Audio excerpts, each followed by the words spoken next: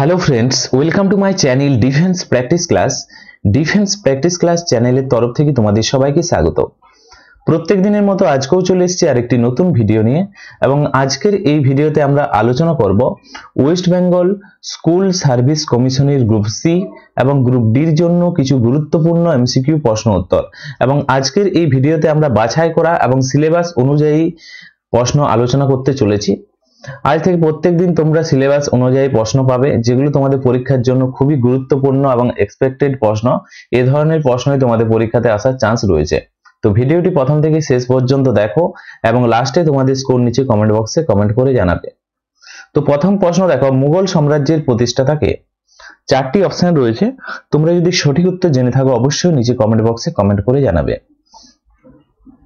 Right answer হয়ে যাবে এখানে অপশন সি, বাবর হলেন মুঘল সাম্রাজ্যের প্রতিষ্ঠাতা। Option C is the correct answer. এর পাশাপাশি তোমরা বাবর সম্বন্ধে কিছু এক্সট্রা ফ্যাক্ট মনে রাখবে, যেগুলো তোমাদের পরীক্ষাতে আসার চান্স রয়েছে। প্রথমত তোমরা মনে রাখবে বাবরের আসল নাম। ওকে, বাবরের আসল নাম, বাবরের আসল নাম হচ্ছে জাহিরউদ্দিন মোহাম্মদ বাবর। বাবরের আসল নাম। তার পিতার কি নাম? তার পিতার নাম হচ্ছে উমর শেখ মির্জা। উমর শেখ মির্জা। এবং তিনি কোথা থেকে ভারতে এসেছিল? তিনি আফগানিস্তানে থেকে ভারতে এসেছিল, এবং তিনি একজন শুদ্ধ তুর্কি ছিল। তোমরা মনে রাখবে। এবং তার সময়কাল, বাবরের যে টাইম পিরিয়ড হচ্ছে 1526 থেকে 1530 পর্যন্ত হচ্ছে বাবরের টাইম পিরিয়ড। খুবই গুরুত্বপূর্ণ, নোট করে নেবে। এবং বাবরের চারটি যুদ্ধ রয়েছে, যেগুলো তোমাদের পরীক্ষাতে আসে। প্রথমত তোমরা মনে রাখবে বাবর 1526 খ্রিস্টাব্দে পানিপথের প্রথম যুদ্ধ। বাবর এবং ইব্রাহিম লোদির মধ্যে এই যুদ্ধ হয়। নেক্সট আগামী বছরই 1527 খ্রিস্টাব্দে হয় খানুয়ার যুদ্ধ। এই যুদ্ধ হয় বাবর এবং রানা সঙ্গের সাথে এই যুদ্ধ হয়। এবং এই খানুয়ার যুদ্ধের পরে বাবরকে একটি উপাধি দেওয়া হয়, তোমরা মনে রাখবে, বাবরকে কলন্দরের উপাধি দেওয়া হয় তার দানবীরের কারণে। নেক্সট হচ্ছে 1528 খ্রিস্টাব্দে হয় চাঁদেরি যুদ্ধ। খুবই গুরুত্বপূর্ণ চাঁদেরি যুদ্ধ। এটি হয় বাবর এবং মেদিনী রায়ের সাথে এই যুদ্ধ হয়। এবং 1529 খ্রিস্টাব্দে হয় ঘাগরার যুদ্ধ বা ঘরঘরার যুদ্ধ। তোমরা মনে রাখবে, বাবর এবং আফগানদের মধ্যে এই যুদ্ধ হয়েছিল। এই চারটি যুদ্ধ 1526, 27, 28, 29 খুবই গুরুত্বপূর্ণ। এবং কাদের মধ্যে যুদ্ধ হয়েছিল তোমাদের পরীক্ষাতে আসে। এর বাইরে প্রশ্ন তোমাদের পরীক্ষাতে আসবে না। নেক্সট 1530-এর কথা যদি বলা হয়, 1530 খ্রিস্টাব্দে বাবরের কি হয়? মৃত্যু হয়ে যায়। ওকে, অসুস্থতার কারণে বাবরের মৃত্যু হয়। এবং 1530 খ্রিস্টাব্দে মৃত্যু হওয়ার পর তার ইচ্ছানুসারে তার কোথায় মৃত্যু হয়? তার মৃত্যু হয়েছিল আগ্রাতে, কিন্তু তার ইচ্ছানুসারে তাকে আফগানিস্তানের কাবুলে নিয়ে গিয়ে তাকে সমাধিস্থ করা হয়েছিল। অর্থাৎ তার সমাধিস্থল হচ্ছে আফগানিস্তানের কাবুলে। ক্লিয়ার? তো এই পয়েন্টগুলো মনে রাখবে। বাবর সম্বন্ধে তোমাদের যদি পরীক্ষায় প্রশ্ন আসে, এখান থেকে চলে আসবে। কি কি প্রশ্ন আসতে পারে? যে মুঘল সাম্রাজ্যের প্রতিষ্ঠাতা কে? বাবর। তার আসল নাম কি? জাহিরউদ্দিন মোহাম্মদ বাবর। তার পিতার নাম কি ছিল? উমর শেখ মির্জা। তিনি ছিলেন একজন শুদ্ধ তুর্কি ছিলেন। 1526 থেকে 30 পর্যন্ত হচ্ছে বাবরের সময়কাল। তার ইম্পর্টেন্ট চারটি যুদ্ধ ছিল। 1526-এ হয় পানিপথের প্রথম যুদ্ধ বাবর এবং ইব্রাহিম লোদির মধ্যে। 1527-এ হয় খানুয়ার যুদ্ধ বাবর এবং রানা সঙ্গের সাথে। 1528-এ হয় কি? চাঁদেরির যুদ্ধ বাবর এবং মেদিনী রায়ের সাথে। এবং 1529-এ হয় ঘরঘরার যুদ্ধ বাবর এবং আফগানদের মধ্যে। এবং 1527-এ এই খানুয়ার যুদ্ধের পর তার দানবীরের কারণে তাকে একটি উপাধি দেওয়া হয়, কলন্দরের উপাধি দেওয়া হয়। তোমাদের পরীক্ষাতে আসতে পারে। নেক্সট হচ্ছে 1530-এ তার মৃত্যু হয় অসুস্থতার কারণে। কোথায় মৃত্যু হয়? আগ্রাতে হয়, ভারতের আগ্রাতে হয়। কিন্তু তাকে আফগানিস্তানের কাবুলে নিয়ে গিয়ে সমাধিস্থ করা হয়। অর্থাৎ তার সমাধিস্থল কোথায়? আফগানিস্তানের কাবুলে। ওকে, এই পয়েন্টগুলো মনে রাখবে। তোমাদের পরীক্ষাতে যদি প্রশ্ন আসে, এখান থেকে পেয়ে যাবে। নেক্সট হচ্ছে 2 নম্বর প্রশ্ন, মুঘল সাম্রাজ্য কত খ্রিস্টাব্দে প্রতিষ্ঠা হয়? এই প্রশ্নের সঠিক উত্তর হয়ে যাবে 1526। Option C is the correct answer. এই সাম্রাজ্যের পতন অর্থাৎ মুঘল সাম্রাজ্যের পতন ঘটেছিল 1557 সালে। সিপাহী বিদ্রোহের পরেই এই মুঘল সাম্রাজ্যের পতন ঘটে। নেক্সট প্রশ্ন দেখো 3 নম্বর প্রশ্ন, কোন যুদ্ধের মাধ্যমে ভারতের মুঘল সাম্রাজ্য প্রতিষ্ঠিত হয়েছিল? তো একটু আগেই বললাম সঠিক উত্তর হয়ে যাবে অপশন সি, পানিপথের প্রথম যুদ্ধ। যে যুদ্ধটা হয়েছিল বাবর আর ইব্রাহিম লোদির মধ্যে, এই যুদ্ধ হয়েছিল 1526 খ্রিস্টাব্দে। ওকে, ও ইব্রাহিম লোদিকে হত্যা করার পর অর্থাৎ পরাজিত করার পর দিল্লির সালতানাতের সমাপ্তি ঘটেছিল। নেক্সট প্রশ্ন দেখো 4 নম্বর প্রশ্ন, মুঘল সাম্রাজ্যের শেষ সম্রাট কে ছিল? মুঘল সাম্রাজ্যের শেষ সম্রাট ছিল দ্বিতীয় Bahadur Shah. Option D is the correct answer. অর্থাৎ বাহাদুর শাহ জাফর নামেও তাকে ডাকা হতো। ওকে, তাকে বাহাদুর শাহ জাফর নামেও ডাকা হতো, তোমরা মনে রাখবে। এবং 1557 সালে বিদ্রোহের পর ব্রিটিশরা তাকে বার্মার রেঙ্গুনে নির্বাসিত করে। নেক্সট প্রশ্ন দেখো 5 নম্বর প্রশ্ন, কোন মুঘল সম্রাট তার পাঠাগারের সিঁড়ি থেকে পড়ে মারা যান? এখানে 4টি অপশন রয়েছে, সঠিক উত্তরটি হয়ে যাবে Humayun. Option C is the correct answer. তো তোমরা মনে রাখবে হুমায়ুনের যে সময় পিরিয়ড, টাইম পিরিয়ড হচ্ছে 1530 থেকে 1556 পর্যন্ত হচ্ছে তার শাসনকাল। হুমায়ুনের শাসনকালে শেরশাহ, তোমরা মনে রাখবে এই হুমায়ুনের শাসনকালে Sher Shah GT road, grand trunk road তৈরি করেছিল। এবং এই জিটি রোড কোথা থেকে কোথা পর্যন্ত তৈরি করেছিল? এটি হচ্ছে কলকাতা থেকে পাকিস্তান পর্যন্ত এই জিটি রোড তৈরি করেছিল। এবং যে হুমায়ুনের যে আত্মজীবনী বা জীবন কথা, তার নাম হচ্ছে হুমায়ুন নামা। এবং এটি কে রচনা করলেন? এটি গুলবদন বেগম রচনা করেছিলেন। ওকে, এবং তোমরা মনে রাখবে হুমায়ুন শেরমন্ডল পুস্তকের সিঁড়ি থেকে পড়ে মারা যায় 1556 সালে। 1556 সালে মারা যান। নেক্সট প্রশ্ন দেখো 6 নম্বর প্রশ্ন, মুঘল সাম্রাজ্যের শ্রেষ্ঠ শাসক কে ছিলেন? সঠিক উত্তরটি হয়ে যাবে এখানে অপশন সি, আকবর হলেন মুঘল সাম্রাজ্যের শ্রেষ্ঠ শাসক। খুবই গুরুত্বপূর্ণ, আকবর থেকে তোমাদের পরীক্ষাতে প্রচুর প্রশ্ন আসে। প্রথমত তোমরা মনে রাখবে আকবরের জন্ম কত সালে হয়? আকবরের জন্ম হয় 1542 খ্রিস্টাব্দে অমরকোট, পাকিস্তানে। ক্লিয়ার? এখান থেকে আর কি প্রশ্ন আসতে পারে?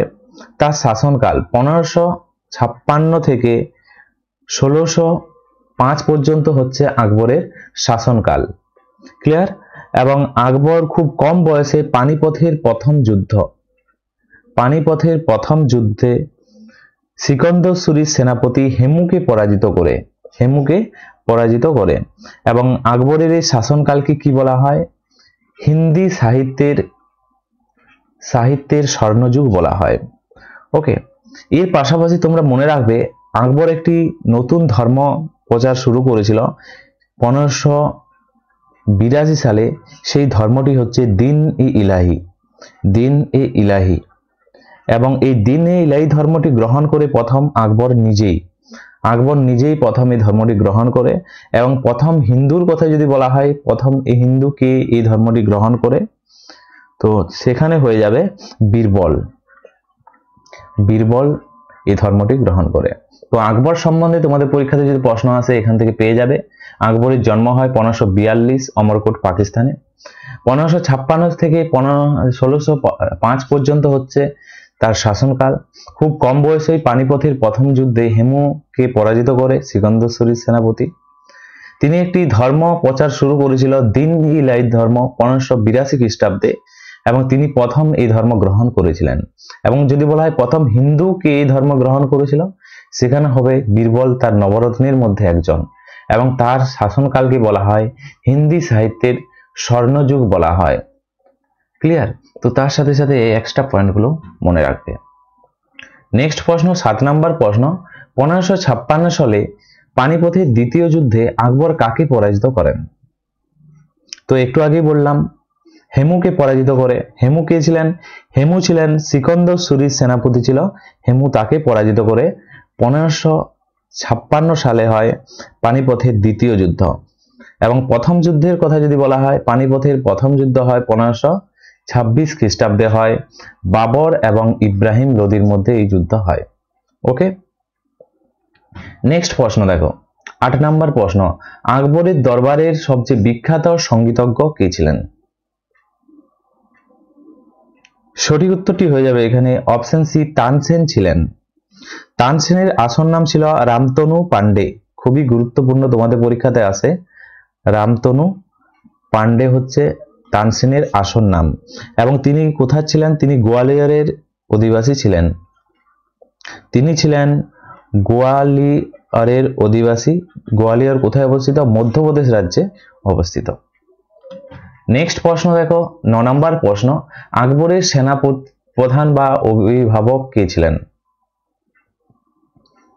এই প্রশ্নের সঠিক উত্তরটি হয়ে যাবে অপশন সি, বৈরাম খাঁ। এবং তোমরা মনে রাখবে রাজা টোডরমল ছিলেন আকবরের রাজস্ব মন্ত্রী। রাজা টোডরমল ছিলেন আকবরের দরবারের রাজস্ব মন্ত্রী ছিলেন। ওকে, রাজস্ব মন্ত্রী। বৈরাম খাঁ আকবরের অল্প বয়সে তার অভিভাবক হিসাবে কাজ করতেন বৈরাম খাঁ। নেক্সট প্রশ্ন দেখো, 10 নম্বর প্রশ্ন, আকবরের নামের অর্থ কি? খুবই একটি গুরুত্বপূর্ণ প্রশ্ন, এই প্রশ্নটা তোমাদের পরীক্ষাতে এসেছিল। আকবরের নামের অর্থ, তার নামের অর্থ হলো মহান। অপশন সি সঠিক উত্তর। 1605 সালের 27 অক্টোবর তিনি মৃত্যুবরণ করেছিলেন এবং তার সমাধি আগ্রা কোথায় অবস্থিত? সেকেন্দ্রাতে অবস্থিত। তার সমাধিস্থল খুবই গুরুত্বপূর্ণ, আগ্রাতে অবস্থিত, আগ্রার সেকেন্দ্রাতে অবস্থিত। ক্লিয়ার? এবং আকবরের যে জীবনীর নাম সেটি হচ্ছে আকবরনামা। আকবরনামা, আকবরনামা হলো আকবরের জীবন কাহিনী। নেক্সট হচ্ছে 11 নম্বর প্রশ্ন, আইনি আকবরী বা আকবরনামা কে ফার্সি ভাষায় রচনা করেন? খুবই গুরুত্বপূর্ণ, এই প্রশ্নটি তোমাদের 2025-এর WBP তে এসেছিল। আইনি বা আকবরনামার কথা যদি বলা হয়, সঠিক উত্তর হয়ে যাবে Abul Fazal. Option B is the correct answer. Ain-i Akbari হলো আকবরনামার 3য় খণ্ড এবং আবুল ফজল আকবরের দরবারের নবরত্নের মধ্যে একজন ছিলেন। ওকে, নেক্সট প্রশ্ন দেখো, 12 নম্বর প্রশ্ন, বাবরের আত্মজীবনীর নাম কি? তো একটু আগেই বললাম বাবরের আত্মজীবনীর নাম হলো তুজুকি বাবরি বা Baburnama. Option C is the correct answer, Tuzuk Baburi বা বাবরনামা। ওকে, এবং তোমরা মনে রাখবে এই আত্মজীবনীটি কোন ভাষাতে রচিত? এটি হচ্ছে তুর্কি ভাষাতে রচিত। এবং বাবর নামের অর্থ হলো, তোমাদের পরীক্ষাতে আসতে পারে বাবর নামের অর্থ কি? এর অর্থ হলো সিংহ। নেক্সট প্রশ্ন দেখো, 13 নম্বর প্রশ্ন, খুররম নামে কে পরিচিত ছিলেন? সঠিক উত্তরটি হয়ে যাবে এখানে option D is the right answer, Shahjahan. শাহজাহানের কথা যদি বলা হয়, খুবই গুরুত্বপূর্ণ, 1628 থেকে 1658 সাল পর্যন্ত তার রাজত্ব। ওকে, এবং তার রাজত্বকাল হচ্ছে মুঘল স্থাপত্যের স্বর্ণযুগ বলা হয় শাহজাহানের শাসনকালকে। এবং তোমরা মনে রাখবে শাহজাহান থেকে তোমাদের পরীক্ষাতে প্রচুর হারে প্রশ্ন আসে। শাহজাহান কি কি নির্মাণ করেছিলেন? দিল্লির, প্রথমত তোমরা মনে রাখবে শাহজাহান দিল্লির লালকেল্লা নির্মাণ করেছিলেন। ওকে, তাছাড়াও দ্বিতীয়ত দিল্লির জামা মসজিদ নির্মাণ করেছিল। তৃতীয়ত ময়ূর সিংহাসন, খুবই গুরুত্বপূর্ণ, ময়ূর সিংহাসন নির্মাণ করেছিল। এবং আগ্রার যে তাজমহল সেটাও নির্মাণ করেছিলেন শাহজাহান। ওকে, তো তোমরা মনে রাখবে লালকেল্লা, জামা মসজিদ, ময়ূর সিংহাসন, তাজমহল আকবর নির্মাণ করেছিল। এবং প্রথম এই ময়ূর সিংহাসন থেকে প্রশ্ন আসে যে ময়ূর সিংহাসনে প্রথম কে বসেছিলেন? প্রথম বসেছিলেন শাহজাহান নিজেই।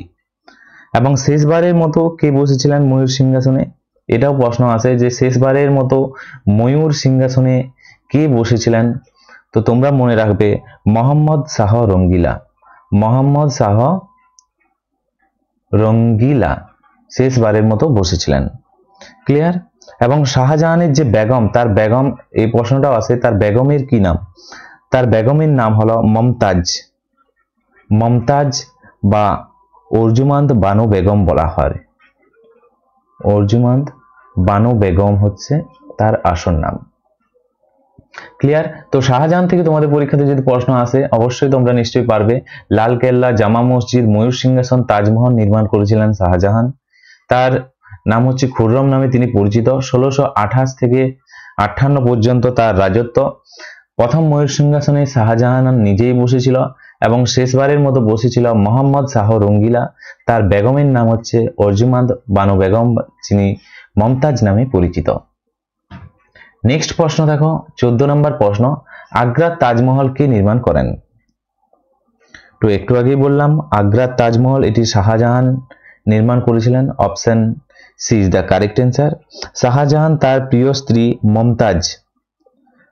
মমতাজ বা অর্জুমান্দ বানু বেগম নামে পরিচিত তিনি, তার স্মৃতিস্তম্ভ হিসাবে এটি নির্মাণ করেছিলেন এবং এই নির্মাণ কাজ শুরু হয়েছিল 1631 সাল থেকে 1653 সাল পর্যন্ত এর নির্মাণ কাজ চলেছিল। এই সালটাও তোমাদের পরীক্ষাতে দিয়ে দেয়। নেক্সট প্রশ্ন দেখো, 15 নম্বর প্রশ্ন, তাজমহলের প্রধান স্থপতি কে ছিলেন? তাজমহল কে নির্মাণ করেছিলেন তোমাদের পরীক্ষাতে আসতে পারে। এই প্রশ্নে সঠিক উত্তর হয়ে যাবে স্থপতি ছিলেন ওস্তাদ আহমেদ লাহোরী। রাইট অ্যান্সার হয়ে যাবে option C is the correct answer. Next প্রশ্ন দেখো, 16 নম্বর প্রশ্ন, দিল্লির লাল কেল্লা অর্থাৎ লাল কিলা কত খ্রিস্টাব্দে শাহজাহান কর্তৃক নির্মিত হয়? এই প্রশ্নটাও তোমাদের পরীক্ষাতে আসে। দিল্লির লাল কেল্লার কথা যদি বলা হয় সঠিক উত্তরটি হয়ে যাবে অপশন সি 1638 থেকে 1648 সাল পর্যন্ত এর নির্মাণ কাজ শুরু হয়েছিল। এটি আগ্রা ফোর্টের মতো যমুনা নদীর তীরেই অবস্থিত। কোন নদীর তীরে? যমুনা নদীর তীরেই অবস্থিত লাল কেল্লা। এবং এর প্রধান স্থপতির কথা যদি বলা হয় লাল কেল্লা, ওস্তাদ আহমেদ লাহোরী। ওস্তাদ আহমেদ লাহোরী হলো তার স্থপতি। নেক্সট প্রশ্ন দেখো, 17 নম্বর প্রশ্ন, 1638 সালে মুঘল সাম্রাজ্যের রাজধানী আগ্রা থেকে দিল্লিতে স্থানান্তরিত করেন কে? এই প্রশ্নের সঠিক উত্তরটি হয়ে যাবে Shah Jahan. Option C is the correct answer. তো তোমরা মনে রাখবে দিল্লিতে তিনি শাহজাহানাবাদ নামে একটি নতুন শহর প্রতিষ্ঠা করেছিলেন। নেক্সট প্রশ্ন দেখো, 18 নম্বর প্রশ্ন, মুঘল ভারতে কাকে জিন্দাপীর বলা হয়? ফটাফট সঠিক উত্তর নিজে কমেন্ট বক্সে কমেন্ট করে জানাও। রাইট অ্যান্সার হয়ে যাবে জিন্দাপীর বলা হয় এখানে। রাইট অ্যান্সার হয়ে যাবে ঔরঙ্গজেবকে। Option C is the correct answer. তো তোমরা মনে রাখবে ঔরঙ্গজেব তার কঠোর জীবনধারা এবং ধর্মীয় নীতির কারণে এই উপাধি পান। তিনি 1658 থেকে 1707 পর্যন্ত হচ্ছে তার রাজত্বকাল। ঔরঙ্গজেবের কথা যদি বলা হয় তিনি বহু হিন্দু মন্দির মঠ ধ্বংস করেছিল। তার মধ্যে যদি বলা হয় গুজরাটের কথা, গুজরাটের সোমনাথ মন্দির, ওকে, সোমনাথ মন্দির ধ্বংস করেছিল। তাছাড়াও কাশীর কথা যদি বলা হয়, কাশীর হচ্ছে বিশ্বনাথ মন্দির, বিশ্বনাথ মন্দির ধ্বংস করেছিল। এবং মথুরার কথা যদি বলা হয়, মথুরার ধ্বংস করেছিল কেশব রায় মন্দির, কেশব রায় মন্দির ধ্বংস করেছিল। এবং তিনি পুরা মুঘল বংশের সবচেয়ে বেশি ট্যাক্স আদায় করতেন, সবচেয়ে বেশি ট্যাক্স আদায়ও করেছিলেন। তার গুরুর নাম ছিল মোহাম্মদ হাকিম। মোহাম্মদ হাকিম হচ্ছে তার গুরুর নাম। এবং তিনি আলমগিরি বা জিন্দাপীর তাকে বলা হতো তার এই কঠোর নীতির কারণে। নেক্সট প্রশ্ন দেখো, 19 নম্বর প্রশ্ন, কোন মুঘল সম্রাট আলমগিরি উপাধি ধারণ করেন? তো একটু আগেই বললাম সঠিক উত্তর হয়ে যাবে ঔরঙ্গজেব। ঔরঙ্গজেব তার এই কঠোর নীতির কারণে আলমগিরি বা জিন্দাপীর তাকে বলা হতো। Option C is the correct answer. Next প্রশ্ন দেখো, 20 নম্বর প্রশ্ন, বাবরের সমাধি কোথায় অবস্থিত? এই প্রশ্নের সঠিক উত্তরটি হয়ে যাবে অপশন সি। তোমাদেরকে একটু আগেই বললাম তার মৃত্যু হয় অসুস্থতার কারণে। আগ্রাতে তার মৃত্যু হয়। আগ্রাতে তার মৃত্যু হলেও তার ইচ্ছানুসারে তাকে আফগানিস্তানের কাবুলে নিয়ে গিয়ে সমাধিস্থ করা হয়েছিল। কোথায় তার সমাধিস্থল? আফগানিস্তানের কাবুলে। ক্লিয়ার? নেক্সট প্রশ্ন দেখো, 21 নম্বর প্রশ্ন, আকবরের সমাধি কোথায় অবস্থিত? তো এই প্রশ্নের সঠিক উত্তর হয়ে যাবে অপশন ডি, আগ্রা সেকেন্দ্রাতে অবস্থিত আকবরের সমাধিস্থল। নেক্সট হচ্ছে 22 নম্বর প্রশ্ন, দিল্লিতে হুমায়ুনের সমাধি কে নির্মাণ করেন? এই প্রশ্নের সঠিক উত্তরটি হয়ে যাবে এখানে Haji Begum. Option C is the right answer. Haji Begum ছিলেন হুমায়ুনের প্রথম স্ত্রী। হুমায়ুনের প্রথম স্ত্রী ছিলেন হাজি বেগম।